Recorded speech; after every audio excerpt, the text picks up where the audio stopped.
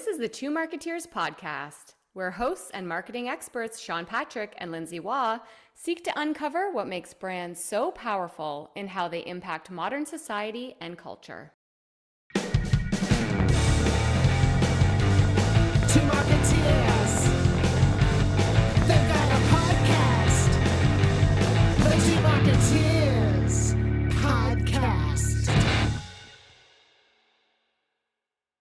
Okay, do you want to do this? Hello. Hello. This marks the beginning of this podcast. And the end of this season. Yes, welcome to the finale of the Two Marketeers podcast, season 4. Good morning, Lindsay Waugh. That's Lindsay Waugh over there. Good morning, Sean Patrick. That's Sean Patrick over there. Fully remote, 4 years later. By choice. By choice. We tried it. It's a lot of work. Thank you, Zoom. You want to get together? No. No. No, I'm fine. Getting together for Lindsay and I is sharing a spreadsheet live.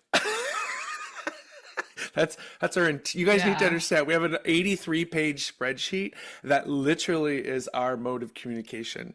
I'll tag you in a cell. That's me saying, good morning, tag. Boom. Done. My face is already hurting from laughing and smiling. Oh, I'm sorry. Okay, this is episode 19? 20. Oh, it is 20. Okay, I was going to say we couldn't end on 20. Right, because we just finished a two-parter. You could not end on 19. It is 20. That's why 18 is a two-parter. To be an 18 and a 19. We squeezed. Welcome. Honestly, do you know how many episodes there are? It's like 80 something. You think we should be on top of that? Probably close to 100, I'm going to say, at this time. I mean, we have a dashboard. We should be able to tell, but if we haven't hit it yet, we're on the cusp of 14,000 downloads. And still, we don't know what that means. It means you got a bunch of downloads. Right? Great. Okay. So I want to tell a little story that kind of... Ooh, wait. Oh. 87. Okay, so 89 episodes. There we are. Welcome to our 89th episode. Like, come on. It's a lot of episodes. Right? And we still like each other, although remotely. Yeah. That's something, right? We're still here. True. I love how from recording 89 episodes, we can only get top 3 learnings. So it's funny because without each other knowing, we had each signed up for an AI course. Hers was I think yours was like a 1 master class kind of thing. Yes, it was the one was like a 1-day immersive thing. Okay. And the other one was the future of social media and kind of talk that had a bunch of AI things in it. Yeah. Okay. And then I'm doing one that's like 3 1-hour courses. It's like I'm being asked to audit, sort of like a friend of mine is an amazing trainer, and he's really trying to apply applicable and relevant learning for marketers about what AI, just the basics of it, and so that marketers at all sorts of levels can really think about how they can start to use it. Who are the other people in the course? What other kind of roles are signing up for courses like this? It's a lot of like marketing managers, marketing directors, Okay. like people who identify as marketers. Identify as brand marketers.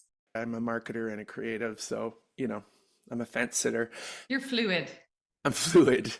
Anyway, so I'd had my first class. There wasn't much to talk about. I'm like, it was just an intro. And Lindsay's like, well, I had my first class.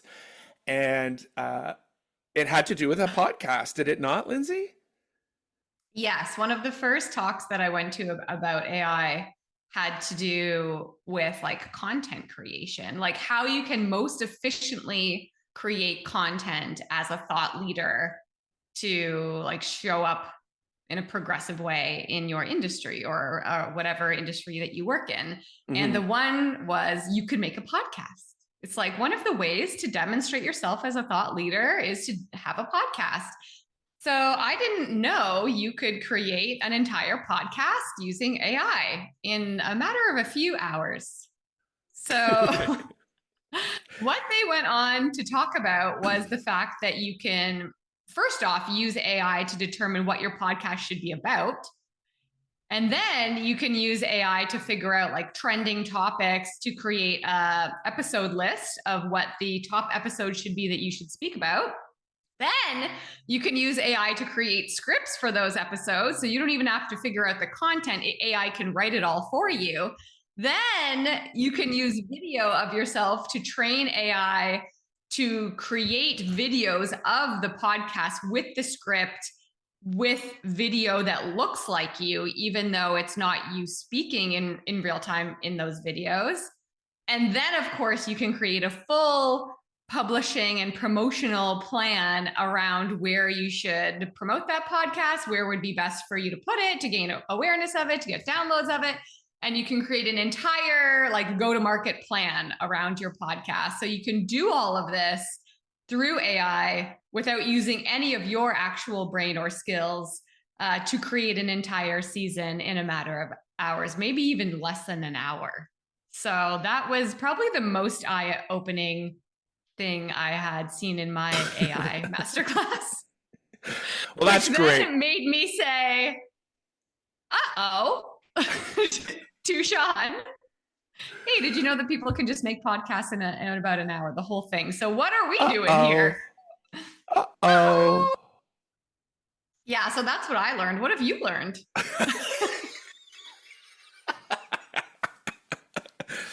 I guess it leads right into my 3 lessons, if you don't mind. Sure. You know what? Great. But isn't that the problem? I believe Lindsay has called it the blanket of mediocrity. Yeah, like, and also, wouldn't it feel so weird publishing a season of a podcast with you as the person in the videos with all of this content and snippets and full episodes and all of that, none of which you actually had a hand in creating other than writing the prompts for? Like, would you not just feel like it's not me, right? So, but Yeah. it looks like me and it sounds like me and it's all, but none of it is me. So that brings it back to our last deep episode where, you know, Lindsay and I fear the death of the creative human spirit. Because I think that's what you're talking about is how would you feel if you created something that really you didn't have a hand in, and how does that feel if it succeeds? How does that feel? Yeah, imagine someone coming up to you and saying like, I loved your episode on blah, blah, blah, blah, blah. Can you tell me more about that? Like, let's chat about it. You'd be like, it wasn't my perspective. I didn't write it. I also didn't record it. That video you saw of me wasn't me recording it. Like, I didn't do any of that. It's all a lie. Kind of. Like how I felt when you explained that to me was I was very disappointed, but I also found it humorous because never did I pine for, oh, I wish we'd done it that way, right? So here we are 4 years later, 4 seasons later, still doing it. Learned a lot along the way. We were an hour long, we were 45 minutes long, we were 30 minutes long, we were 20 minutes long. Same recording time, interestingly enough. Just depends on what comes out, you know? Yeah, you know, take the pressure off. Hey, we'll say some dumb things and we'll say some nice things. Oh, that's guaranteed. That's a guarantee. Right? So I've printed out my 3. They're short, don't worry. When I thought about exactly Lindsay's experience, it brought me back to what initially the season's theme was about, whether we stayed on it or not. I think it did. It's about designing experiences. And what has been removed from the scenario that Lindsay put forward is any form of experience. There is no human experience to share. So that's where I think it's fitting to come back to say we have spent the last 4 years figuring out how to design the best experiences for ourselves when we record and episodes for those who would appreciate hearing it. But I will be honest with you, and Lindsay might have to turn away. We had no idea what we were doing when we got into this. I hate to say it. It's true. We knew the topic, but when it comes to making a podcast, we had no idea. We were honestly sitting in a shared working space because we were both working on a big project. We had no offices. We had to look like we had offices. And there was a podcast studio. And this girl over here says, "Oh my God, we should just record a podcast." And I'm like, "Are you serious?" She's like, "Yeah." Now, I did have some competencies about, well, I know how to record. I know basically how to edit sound. I know, basics like that. But we're like, let's just record 6 and see what happens. That's about all we knew. And we promised ourselves we were not going to post or publish anything until we had done 6 and felt like we even knew anything more about what we were doing. So now, the last thing I'll say about that sort of scenario of you can do it in an hour is that's the irresponsibility I fear when you take responsibility for creating content, but don't take accountability for the quality of that content. And I think, or the expertise that goes into it. Yeah. Anyways, number 1, if it's not fun, don't bother. Honestly, even in the scenario you gave, Lindsay, in your class, it's about a sideline. It's about, growing your business and, why not do a podcast? If there's, from a human spirit, if it's not fun, and whatever your definition of fun is, if you want to be a voice worthy of people hearing, you need to love what you do. Yeah. Lindsay and I said this many times because we've been through a lot, respectively. No drama here, but you know what? If we need to take a break, we need to break. But we agreed that if this is not fun, we stop. Yeah. I think I love that one.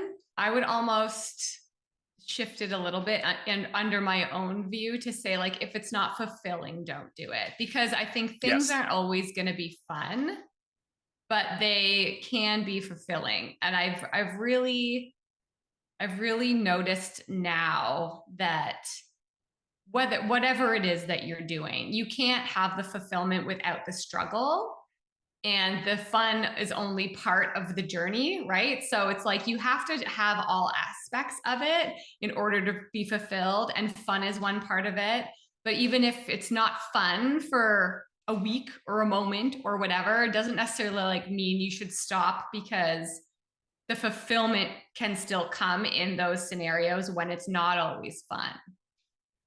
Way to ruin my list. Is that what you, sorry. I think my whole thing is about fulfillment. I'm big on that right now with the whole Maslow thing and all that, but fulfillment, and it's an important emotion, because we've talked about this. I do believe creativity comes from an emotional place, and it is an emotional thing that whatever you define as fun, that fun can sustain you through those hard times. When it comes to building your podcast and making it and taking on an endeavor that is something towards it's just a side thing, no pressure, we just want to do something, I would say it's not about making sure you always have fun, but when the fun is gone and you recognize that, you need to rethink. You need to, do you know what I mean? This is totally. not I think in all that we're doing, it damn well better be fun, Yeah. Damn right. It's not easy. That's the thing. It will be fun, but it's not easy. Go on. Stop talking. It's the perfect segue. Hey, go on. If it's easy, what's the point? Well, sorry about that. I ruined that one for sure. Yeah, but it was a good segue. It is hard, but it's fun. And if those two things balance each other, right? And it's there's something, and it comes down to fulfillment. Having a podcast made for you for free in an hour? Yeah. It's disappointing. Well, yeah, that's the thing. It's anyone can, but do you choose to put in the work, the hard work that it takes to be able to get there? And that leads to increased fulfillment for sure. Yeah. I will tell you, it's been hard. I have learned more in the last 4 or 5 years than I learned, I will tell you, 20 years prior.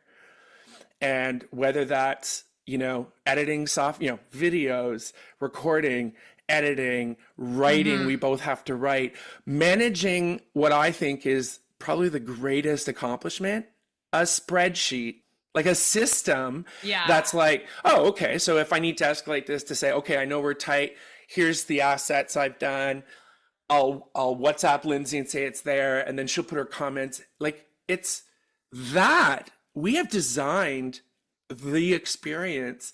We have designed the entire process from here are some topics we want to talk about, where are we with things, what's been created, what's not, and it's fun because Yeah. no time is wasted doing things we don't feel is the best use of our time. I think that's the biggest point, though, especially when you think about AI, is like the way we've set up our process and how we do everything to get content live is using technology to be the most efficient so that we free up our time to do the things that we want to be doing, which is like figuring out the topics and recording it and like all that kind of stuff. Yeah. But it's like what I said to you earlier that I saw earlier this week, where it was saying, I don't want AI to free up my time from doing the art and the creative process of it so that I now have more free time to do the laundry and clean my house. I want technology and artificial intelligence to do the things I don't want to do, like the laundry and clean my house, so that I have free time to do the creative pieces. So it's like currently technology and AI is being used to take apart to take away the parts of the process that are the fun bits. The fulfilling parts. Yeah, the fulfilling part. So like we have a very efficient system where we use technology to take away the time to do the things that we don't want to do, not hijack the creative pieces from our process that we're most passionate about, leaving us more time to do the mundane admin tasks. Yeah.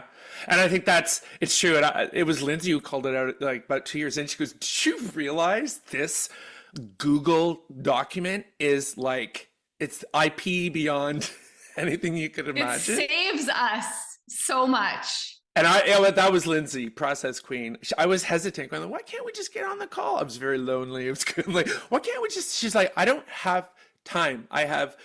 I'm a busy mom, I'm a freelancer, and I have this amount of time per week. Like, so I've done this. So what in the beginning, I would say probably a year ago now, when ChatGPT, I guess it was released in November. I don't know.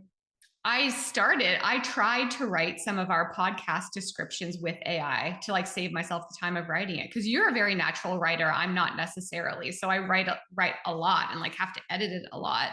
So I was just like, maybe AI can do it. So I did it for like 2 or 3 episodes. I tried to like work with the AI versions of it. And I found it just wasn't saving me time. Like I would write a version that had our voice in it, Yeah. and even though it wasn't perfect, it removed the flair, our creative flair from it. And then what came back, I was like, man, now it sounds like corporate-y and not funny and not like whatever. So then I stopped using it for that. And I'm like, it does actually take away the time that I enjoyed to write those descriptions versus it being like saving me time on something I didn't want to do. And then what came out of it was just vanilla garbage. But it was a learning. And I think we're at that point where we can make we can decide 2 paths as individuals. And that path is, do we want to make AI smarter and make our lives easier? Or do we want to make ourselves smarter with AI? Yeah, exactly. Okay, we're going to go through my 3 in about 5 minutes here. So let's do it. The first one, which is what you were speaking about before you got into your number 3, is really, is the experience making you better? Yes. You going through the journey of creating a podcast is making you smarter. And so I think that's my kind of top takeaway from the last 4 seasons is like the value of going through it. Like the experience that you gain, the knowledge that you gain, the sense of accomplishment of going through it, even when it's not easy, going through it when it's fun, like, and looking back over that body of work and being like, wow, like we really did put a lot of effort, a lot of time and a lot of like sweat and tears and all of that into it when it was like hard to record, when we recorded great episodes that we didn't have, that got lost in the ether somewhere, like all of the ups and downs. I think the value of going through that and going actually as a human through the experience just enables you to have a lot of gratitude coming out of it based on what you put into it. And so although like an AI generated podcast may get leads to your business or help get you in front of people or all of those different things, it's just such like a shallow experience for you that is perhaps not giving you anything from it. But like what I've been able to take from the last 4 years is a lot of gratitude, is a lot of pride in going through that journey. And is it giving anyone, if it's not feeding you anything, what's it feeding others? Or is it just feeding algorithm? You know what I mean? Like, I know. I think it's like it's almost like a waste sustainability conversation where it's like, stop putting crap out there. Yeah. You spent an hour. You haven't taken the responsibility of even seeing if it's good. Yeah. Yeah. So true. I think that Excellent. like the content waste conversation is a huge thing. Cause yeah, it's just fake technology making fake content to feed fake algorithms, to give metrics to media companies who can sell it to advertisers for money. Like it's all just. So they can contact me, making me think they know me. Right. Okay, next. Well, I quit. Okay, the next one is just the value of constant practice and dedication. I think it like it leads into, I only say this because we've been told this, that these episodes are good. And they are only good because we've been practicing at it now for 4 years or 5 years, however long we've been recording these. And we've changed. We changed so much. We pivot, we do a 15-minute episode, then we do a 45-minute episode, then we launch a TikTok, then we hate that, then we stop TikTok, then we, and it's about like trying and learning and like all of that comes through the constant practice and the dedication to doing it. That I think there's a lot of value in that constant practice. And you talk about practice a lot. So I know you're going to agree with that one. Yes. Everything she just said. Great. Yes. Thanks for saying that. And then the last one, which I think is interesting, has been really interesting to me, is the forced trend forwardness. Mm-hmm. So I think we have put ourselves in a scenario. Okay, let me back up for a sec. One of my goals, and you can let me know if it was yours going into it as well, was to be thought of as a thought leader by bringing quick snippet points of view that are valuable to our listening audience, which would be like agency members and heads of agencies and people who develop brands, like brand marketers and heads of brands. So we put ourselves in this situation by creating these podcast recordings every 2 weeks around topics that are topical, that even if it's like a campaign that was activated 6 months ago, it's like timely-ish enough nuggets of information that provide value to our audiences. And in putting ourselves into that scenario, that's where I call it forced trend forwardness. So as like marketing individuals, we are busy. We have a lot going on. Trends are changing all of the time. And I strongly believe that if we weren't constantly looking for episode content, if we weren't like having to stay up to date on the latest and greatest of what's going on, if we weren't like combing publications for ideas, like all of those different types of things, we wouldn't be thought of as timely and trend forward as we currently are, because we talk about things like the metaverse 101 and how to use it before people are really talking about it, because we're talking about how you can develop a podcast with AI before people are really even thinking about a lot of that stuff. Yeah. So I think there's a lot of value in determining how you want to be viewed or what your goals are, and forcing yourselves into scenarios that help you be viewed as that. Because I think it's very easy to stop when you're tired and you're busy. But because we have this regular cadence of something that we need to have a point of view on, a commitment, it's forced us to do that. And the result is being viewed as forward thinking because we're on top of it. Yeah, that's a great one to end on because I feel like the easiest thing to say is I like the person I am for having done this. Like talk about Yes. fulfilling. It's such an amazing experience, Lindsay. It's been wonderful to be on it with you. I And agree. Same to you. I can't imagine not having been through it. Whereas the person who did it in an hour doesn't know that. Right. And it makes me better at what I do. It makes me a better person because it's fun, it's hard, and it's fulfilling. Yeah. And it's the dedication to it that I Yeah, think. it's true. I don't know why I relate a lot of things back to like fitness and exercise and things like that, but it's like so easy to quit a gym when no one is expecting anything of you. It's harder to quit a soccer team because you have to go every week, right? You've made a commitment. And so it's figuring out if you want to be a fit person or if you want to be a thought leader or if however you want to be, it's figuring out those moments and how you can commit yourself so that you are forced to get there and going through the journey of it. Like we've been talking about this whole time, whether it's fun or whether it's hard, at the end, it is more fulfilling and it helps you get to that goal because of the committed nature of it, which I think is hugely valuable. And I guess maybe that's the thing I'd say I'm most proud of both of us for, is the commitment. The 4 years of commitment, of showing up even when we don't want to show up, doing the work even though we have no time and we're tired. It fulfills you. And everyone knows that. It's just sometimes we equate it to something different. But when it comes to creating content and putting stuff out there, there's a responsibility that I think I feel very responsible for the content I put out there. And I think so this is something AI can't do. In our conversations, it makes us very relatable and human in how we show up.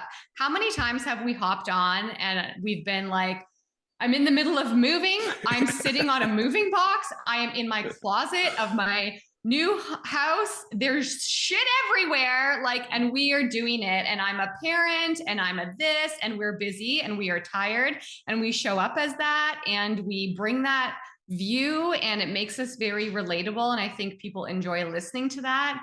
But it's that human element as well around our voices and our conversation and the state of mind that we're in that is also something that's just not replaceable. Yeah. Well, that wraps it up. That was awesome. Really great. Thank you so much, Sean, for the last 4 years and for the takeaways today and all of that. It's been, so fulfilling and valuable. And I have a lot of gratitude for it. So thank you. Me too. Episode 89, a clean 89. Everyone have a fantastic summer and, just relax.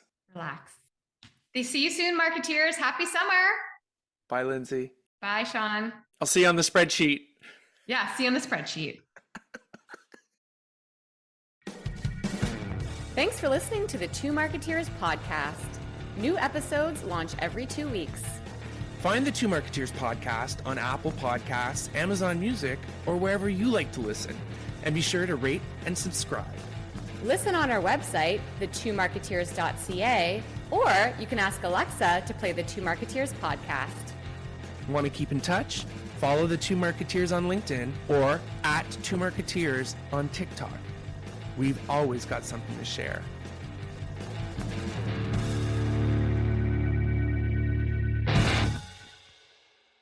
This podcast is over.